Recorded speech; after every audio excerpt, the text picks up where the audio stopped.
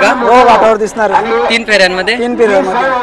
चला दादा, हीच गाडी दिसेल. आणि 12 तारखेला कोरेगावचं हिंद केसरी जे मोठं मैदान असतं त्याच्यासाठी महबूब हा पळणार आहे. बैलाला जो मुंबईमध्ये पण पळतो आणि वरती घाटामध्ये पण पळतो. त्या दिवशी एक गाडी झाली, लग्न सोबत आपला पहिला होता, कसा काय जुळला आणि एक नमस्कार दादा. नमस्कार. काय सांगाल आजच्या विजयाबद्दल? खूप आनंद वाटला आम्हाला. आणि कोणाची होती आज आपली गाडी? चिचपाडावाल्याची. तर कसं वाटलं आज बैलांचा आपल्या स्पीड? कारण की आपली महबूब आणि वरदान ही जोडी आपण बघतो बिंजोडमध्ये तर पळते, तशीच आपल्याला 3 फेऱ्यांमध्ये देखील ही जोडी खूप पळताना दिसते. तर काय बोलाल या जोडीबद्दल? आता ते याच्या पुढे ते पळतच राहणार, म्हणजे 3 फेऱ्यात पिन मुंबईत तर पळतोच.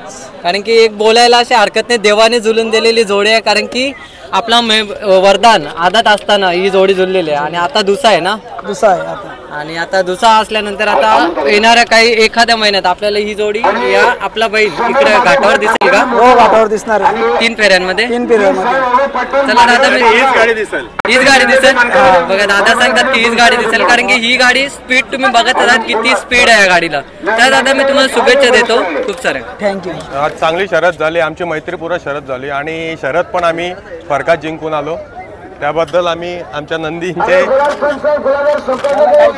दादा, घाट असो किंवा मुंबईच्या बिंजोड असो, नेहमीच आपल्या महबूब नंबरामध्ये दिसतो.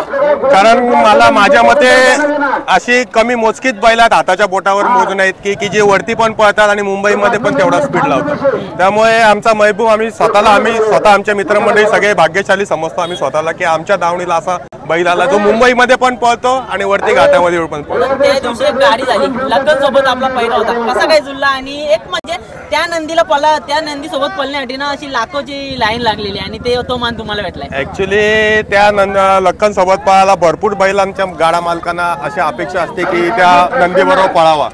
पण आमचे भाग्य की त्यावेळी स्वतःहून आम्हाला फोन केला की आपण आपली गाडी पळू. आमचे परत एकदा उमेश शेठ पाटील फेना भिवंडी यांना त्यांनी फोन केला की आपण आपली गाडी पळू. आमचा नियोजन चालू होता बैल खाली उतरायचा, पण त्यांचा फोन आला, बोला एक मैदान करून गाडी खाली उतरू बैल आपला. दादा, आता तुम्ही तर त्यांना मान ठेवून घाटावरती पळवला, आता तुमचा मान ठेवून मुंबईमध्ये आपल्याला कधी लखन दिसेल का? 100% येणार लखन आमच्यासाठी खाली. एक नंबर. म्हणजे आणि याच्या पुढे आपल्याला महबूब आणि लखन ही गाडी बघायला भेटेल का? लवकरच बघायला भेटेल. ओके दादा, येणाऱ्या त्याच्या अगोदरच्या मैदानात आम्ही एक आदात वासरू घेऊन 1 नंबर केलेला. तेव्हा पण आमच्या मोठ्या मोठ्या गाड्या होत्या सेमीला फायनलला. तेव्हा पण आम्ही आदात वासरू शेवा म्हणून घेऊन आदल्याच मैदानाला 4 दिवस अगोदर 1 नंबर केलेला त्या मैदानात पण महबूबने. बरोबर.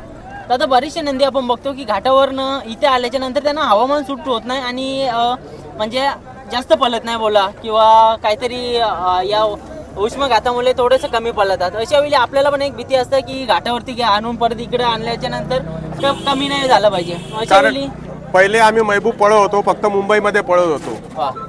त्याच्यानंतर आम्ही जेव्हा मुंबई वरती पाठवला, कारण आमचा गोठा पाण्याखाली पावसात तिथे पाणीच असतो, त्याच्यामुळे आम्हाला बैल वरती पाठवला. त्याच्यानंतर आम्ही विचार केला की आपण 7 गाड्यांच्या मैदानात पळूया. तर आणि पहिलाच मैदान महाशिरात जो जुना बैल पळा हिंद केसरी तेव्हा आम्ही पळवला. तेव्हा आमच्या बैलाने 3 नंबर केला. थोडीशी फाटी लॉबी क्रॉस झाल्यामुळे आम्हाला 8 नंबर दिला, पण ऍक्च्युली आम्ही 3च नंबर मानतो कारण आमच्या मध्ये ती फाटी क्रॉस नव्हती. तेव्हा आमच्या बैलाने पहिलाच मैदान आणि पहिलाच गुलालाचा मानकरी झालेला. त्याच्यानंतर आम्ही विचार केला की आपण वरती पण बैल पळू शकतो आपला.